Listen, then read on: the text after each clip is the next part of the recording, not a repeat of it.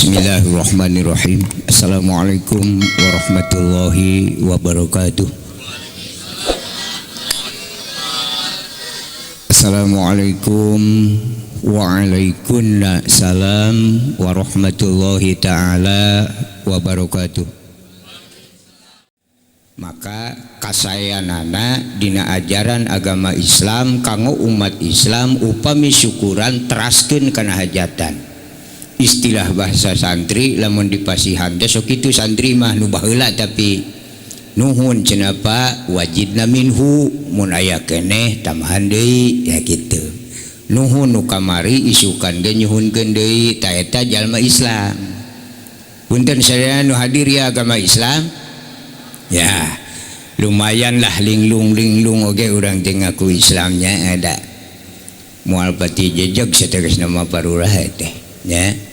Sabab syarat mutlak lamun jalma ngangken Islam teh aya 5. Hiji ngawaskeun 2 kalimah syahadat saumur hirup sakali-kalina, teu 2 teu 3. Jadi ngawaskeun 2 kalimah syahadat teh mung sakali. Kajaba lamun diruksak wajib didangdosan deui kodok namina. Gitu. Kadua salat sadinten sawengi. Ai saur parurah sareng para ustad di dieu sadinten sawengi salat sabaraha kali cenah teh? Bu. Sabaraha kali, Pak? 5. Mun bisa eureunkeun ta ustad. Prekeun tong dipake di teh ustad. Teu aya kateranganana salat sampai sabeuting 5 kali teu aya. Nah, salat-salat wae make diatur waktu.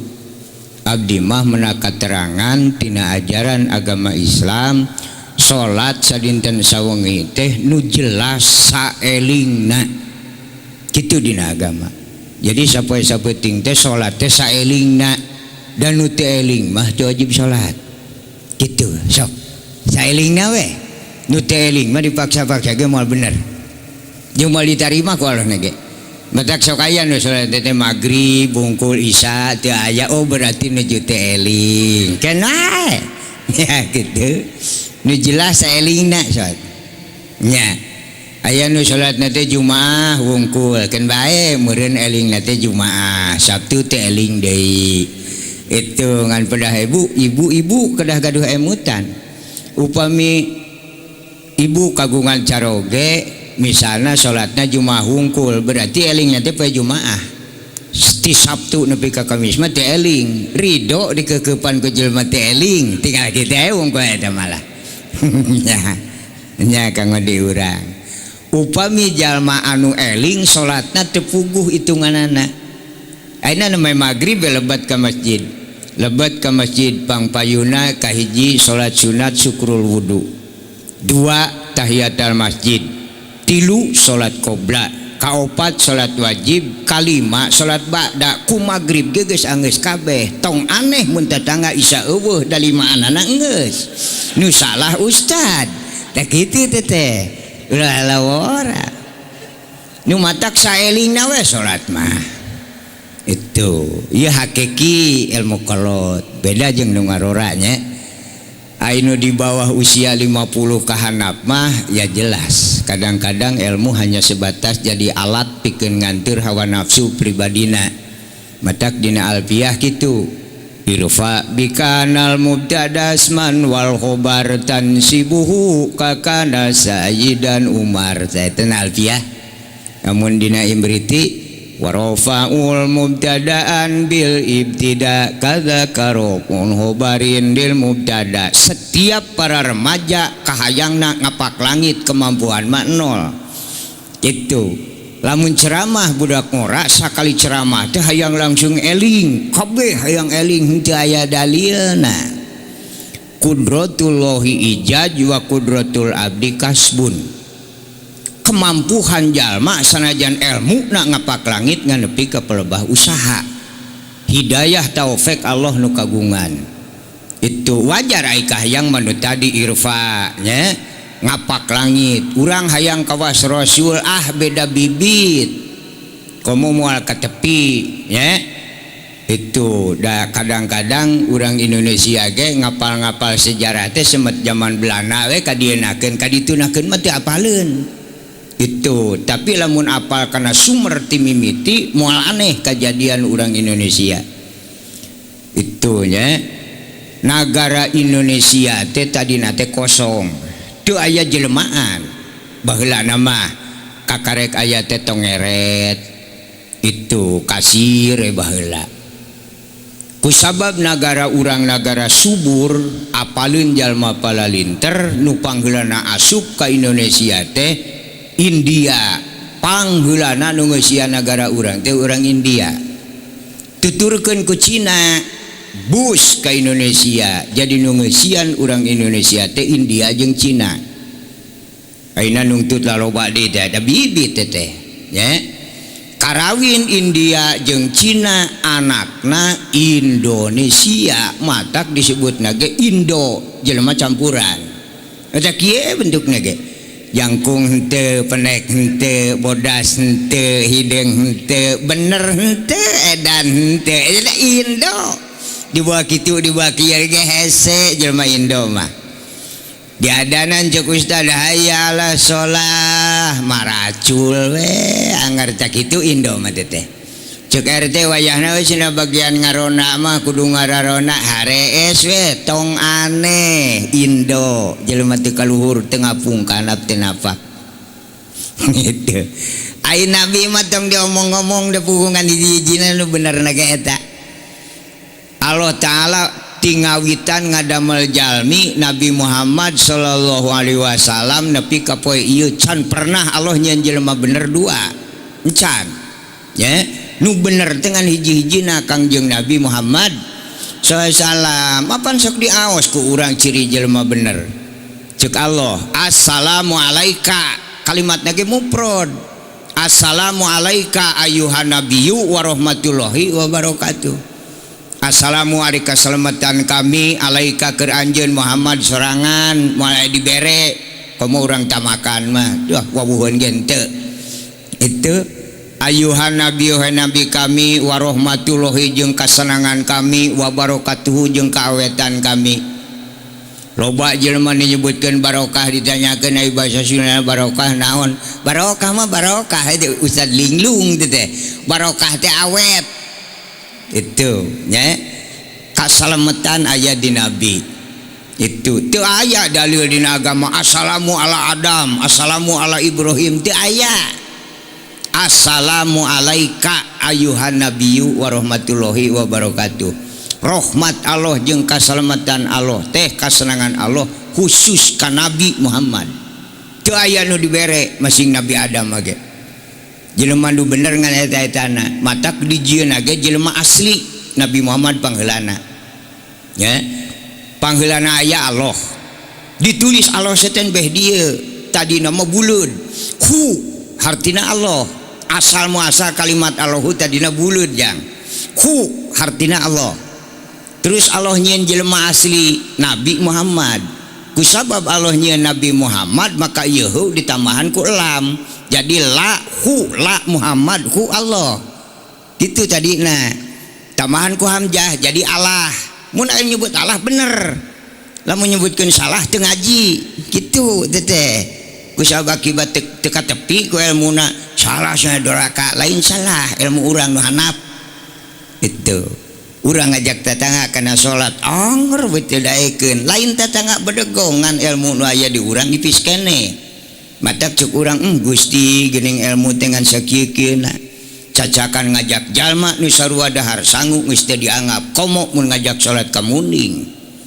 itu lain bedegongan ilmu nu aya di urang ipis lamun alus mah entong-entong haya ala sholat ngaringkang ustad ka masjid mun teu ngaburusut itu dan Nabi ge cara pernah maksa tak ieu Islam nu kapendak waldi Aldi nyarioskeun ilmu Allah lain menang panimu lain menang kurah-koreh tina YouTube lain nyarakeun itu awas pasantren we diajar ngaliwet baheula mimiti asup ka pasantren tahun 63 ya pangheulana nyaba kitab Sapinah pangletik-letikna kitab Sapinah karya Indonesia di Mekah mulai Sapinah ya urangna urang Jawa Timur ngarang kitab Sapinah di Batavia disebar luaskeun di Banten. Eta kitab Sapina masing adug-adugan ka Mekah ka Madinah oge neangan Sapina moal aya. Ieu kitab Sapina hiji ilmu Allah galian tina Al-Qur'an disesuaikeun jeung lingkungan urang. Mata lamun jalma teu apalin kadinya katerangan-katerangan loba nu direkayasa lalajo ti nagara batur nu teu pernah nyeun kitab kade ka barudak ora ya di urang ge loba ilmu teu ngadadenya ke nagara batur. Mekah harideng deh boro-boro Kangjeng Nabi 40 tahun di Mekah diangkat diisrokeun dimirajkeun turun ke alam dunya boga gelar rasul 1 tahun setengah ngalih ke Madinah. Tarolah orang Mekah teh guru Islam dengan 1 tahun setengah. Kira-kira lamun asup ke sekolah 1 tahun setengah jadi dosen moal tingali ibadah orang Mekah mengantusi sungkur wungkul bukan 1 tahun setengah. Tingali Madinah nu 21 tahun setengah. Adab urang Madinah mah anggeus ilmuna. Jelema nu mau ngahaji di Mekah seladu teh nincak kana hulu batur ge teh nyawan adab tata krama. Taraweh nu ditinggalikeun ka Indonesia teh Mekah we geus katurutan urang Madinah. Itu mata urang Mekah tingali nu tarawehna nu ngomong-ngomong sorban aya nu gagaro wae aya dina Sapinah mah 2 kali ngagaro teh batal salat. Eueuh di Mekah mah badak untung teh silih sungkur oge. Itu ya. Tah jelema asli harita Kangjeng Nabi Muhammad SAW. Mata abdi mah dugi kadanget ieu ge can apal kana rupana jalmi perlu teh acan nya moal aya nu apaleun kana rupa jelema ieu wati Allah nu nyieunna duka parurah mah bapak ibu nu hadir terang teh jalmi bu bingungnya akibat bodoh al jahil tadulu ala sako jelema bodoh masuk linglung mun ditaros bapak ibu terang teh jalmi ngahuleng aing ngajawab terang bising salah aing ngajawab teu terang aing urang saha da kitu akibat linglung teh bodoh teh nya sategesna moal aya nu apalin kana rupana jalma iwati Allah taala nu ngadamelna punten ulah ngece ngaji tauhid ngaji kolot nya hakiki ieu dina Islam ari ieu nu haladir di dieu jelema lain kitu jeung hakiki mah teh Pak. Abdi gaduh keyakinan dina ajaran agama Islam amun anu potongan model kieu bentuk model kieu sanajan ilmu na ngapak langit ibadah kawas malaikat pantrangan potongan kieu moal dikasawargakeun didaeun sawarga nempo bentuk kieu benar lain heureuy moal dikasawargakeun masing adug-adugan oge bentuk kieu mah sawarga meuleuk narima potongan kieu komo model aki-aki mah jelema leukeun di dunia yang geus dilaku komo di ditu itu moal dikasawargakeun potongan kieu mah Pak gitu naon atuh nu katingali ku urang ieu nu katingali cing jarentul mah lain jelema tapi wadahna wadah jalmi kulit daging urat tulang lain jelema tapi wadah jelema di mana jalma tos teu betaheun dina wadahna kaluar disebat maot tah jelema manu bijil matak moal aya nu apaleun iwati Allah taala nu galatak-galatak mah cangkangna matak sok diparikeun itu jeung anu nyangsarakeun ka jelema lain jelemana wadahna nu hayang dahar sare nginum hayang imah hayang mobil hayang duit lain jelema wadahna matak Allah pinter lamun model kieu dikasawargakeun sangsara disawarga ge sok lamun teu dalahar di ditu lamun teu nyarawah deui lamun teu daragang nu hayang jadi RT nu hayang jadi RW dayang dadaharan jerona mata kalau pinter laan cangkangna nu ngaribetkeun tinggal jelemana teu aya di ditu Alfamart Indomaret pasar teu aya warung kejo da geus hayang dahar itu nu matakna kieu mah cangkangna kulit daging urat tulang asalna tina cai seuneu angin taneuh dihijikeun ku Allah jadi kulit daging urat tulang eta lain jelema tapi wadahna moal aya jelema nu apaleun kanu maot nya da jelema mah teu anu paeh aya ge maot itu kadang-kadang urang Sunda teh ku bahasa kitu ge lieureun teh da bueuh teu ngarti teh ya ai maot jeung paeh beda da ari paeh mah tamat riwayat sapi munding entog hayam eta paeh naon sababna teu aya kelanjutan ka ituna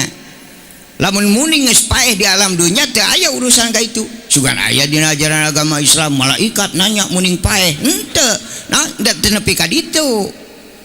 tak kitu ya itu matak jelema mah maot naon ai maot ngalih pinah jalma mah dipinah-pinah naon sababna dina dada jalma teh aya sifat nu 8 amarah loamah sawiyah mulhamah rodiyah kamilah jeung mutmainnah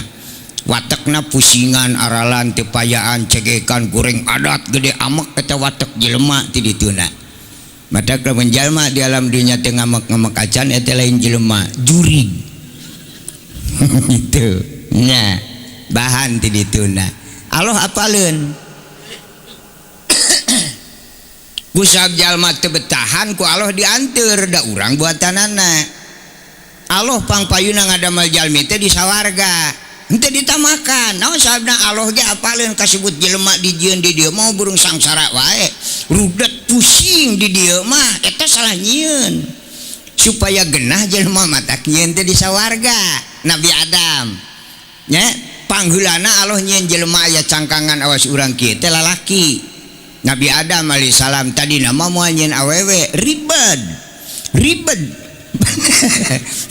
pangheulana teh nyieun teh lalaki unggul nya an ku sawab jelema mah pusingan Nabi Adam di sawarga oge loba nanaon eta jelema mah tara barang dahar masing loba nanaon oge kulang jendul we Nabi Adam di sawarga malaikat Jibril laporan ka Allah Gusti geuning khalifah Gusti sawarga teh hulang-hulang Aisyah kudu cecengiran sanesna atuh katingalina meuni jiga riweuh apa ieu teh ya jelema mah tong disarwakeun jeung malaikat rame teu rame seten aya batur si Allah batur mah da anak cecengiran jeung saha Jemohon cenah Gusti hawatos abdi ka khalifah Gusti komo aing anu nyieunna kitu cek Allah bade kumaha itu Gusti ngacedog tong pipilun kumaha aing itu matak Allah ngadamel nu kadua ti mana minasulbi wat taroib cek Allah ka Nabi Adam nangkub cenah Adam nangkub Nabi Adam pancet tulang tongongna Nabi Adam ngajuru bijil anakna awewe Siti Hawa alaihissalam eta minasulbi wat taroib nya matak saur agama anu gaduh putra mah pameget ibu mah teu aya nu gaduh putra doraka lamun awewe ngaku ieu anak abdi eta doraka ngaku barang batur nya nu gaduh putra mah bapakna minasulbi wa taroib itu matak sanajan agama jeung dari agama nagara oge teu aya nu ngameunangkeun ibu-ibu ngaku anak der bawa ke pengadilan moal meunang paling aya di negara oge ibu mah hak asuh hak ngaku anak moal bisa sok tinggalikeun di mana nikahkeun nya bapak gaduh putra istri dipareng ku Allah tos dewasa tepang jodoh inung nama pi 2 poin dikawinkeun oge geus gegentetane jeung panganten awewe teh eta kurang hideng soalna bapak nama nyantai we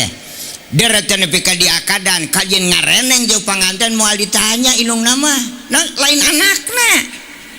tapi bapakna lamun di Bandung keneh jam 8 usum diakadan pangulu kajen balik jeung tibatan diakadan make inung nya nah lain anakna mata kita mah ibu-ibu mah lamun gegenengan jeung panganten kurang kaera weh cek urang ditanya moal make cicing di dinya mun init ka sawah da bapakna mah masing di Jakarta burung di daguan datangna daya putra mah kagungan ramakna matak ieu ge kade ta Syaibul Bait putra entong nganalkeun inungna inna wa ya'murukum antu adul amanah putra teh sanes nu bapak sanes nu ibu da teu aya jelema nu mampu nyieun jelema nu ngadamel jalmi mah Allah itu matak gubrag lahir ka alam dunya antu adul amanah titip ieu jelema ceuk Allah ka saha ka bapakna nyusuan kewajiban bapakna peperihun reuneuh teu kuat atuh nyusuan ngamandian teh ulah lalawora hakiki hukum teh kewajiban bapakna ibu mah gede jasa hamil teu aya lalaki nu mampu hamil tiba heula nepi ka ayeuna selak Itu matak baheula pan ditawarkeun ku Allah, hei jelema awewe lalaki cung sani sangupreuneuh muriang lalaki mah dia tanya hareuna teh monokan diukna terusna kabur kana mah. Itu ibu-ibu nyaheun da butuh meureun ku lalaki bisa gempar ke lalaki aing jeung saha matak dibelaan ku ibu-ibu breng we ibu-ibu ngacung ceuk alosa teh nu ngacung abdi grup bikangna gitu. Cek alona naonna aja make ngararacung non teh abdi sangem hamil tah eta teh hamil teh ka sami ibu-ibu tadina leukeun deh lalaki we soak ieu mah ngaracung itu abdi sangem hamil nya lalaki ge boga ka era we nya aya awewe lemah ngacung aya lalaki henteu matak breng lalaki ge ngaracung brengan ngacungna setengah tihang itu lalaki ya. Cek kalau geuning sia ge ngararacung tapi Gusti abdi mah ngacung ge setengah ngacung setengah tetep Gusti abdi mah ari hamil mah alim moal kiat geuning ngacung abdi mah jeung tibatan hamil mah kajeun burut we matak sok aya pameget anu burut liah sula ata dulu neangan jalan adil-adilan ibu-ibu hamil bapak-bapak burut itu mangga kanu bade burut abdi mah sangeut